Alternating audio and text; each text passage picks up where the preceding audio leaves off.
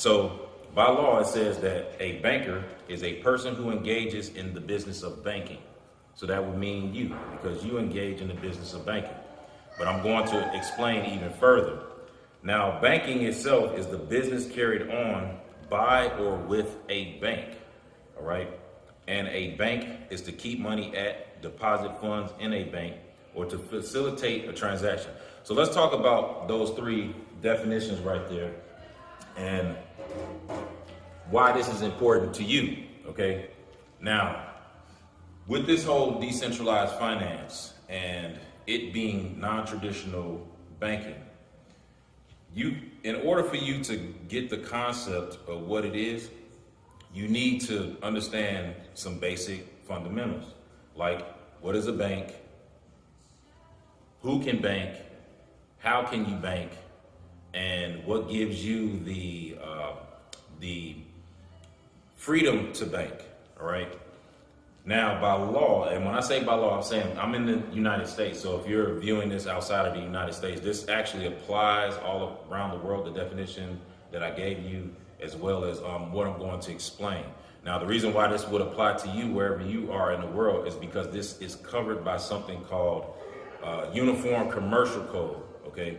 Now, even though we're dealing with the internet, and a lot of this stuff is like, banking is usually offline, and I don't mean like the transactions that you do online, I'm saying, you know, actual banking building, right?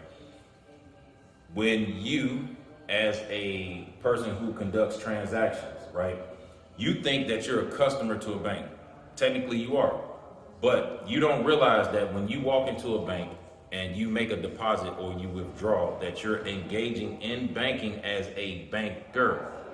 Not like the tellers, right, at a bank who, you know, are called bankers, but by law, okay, and I'm talking about United States Code Service, American jurisprudence, and all these things. This right here is what banking really is. It's the people, right? So it's you and someone else doing the business of trading, and I don't mean goods, I'm saying money, right? Because that's what banks do, they trade with money. All right. Also, as a bank, you keep money in your pocket, right? Or on a debit card or whatever. But anytime that you actually have physical money or you control the money in some aspect, that's what makes you a banker. So with this decentralized finance and how this will apply to you is because there is no government oversight or control. It's, you know, the people making all the rules and engaging in it the whole entire time, okay? You are the banker. So what gives you the authority to be a banker and engage in banking is not the fact that a state or a country enacted a law and said that you have the ability to bank. It's a common law practice. This is something that's been around since the beginning of time. It just now has a definition. It just now has some sort of government oversight and things of that nature. But the whole reason why I'm doing this presentation and why I set this whole thing up is because if you are an entrepreneur or a business owner, this definitely applies to you and will help you in a major way. How and why? We all need financing.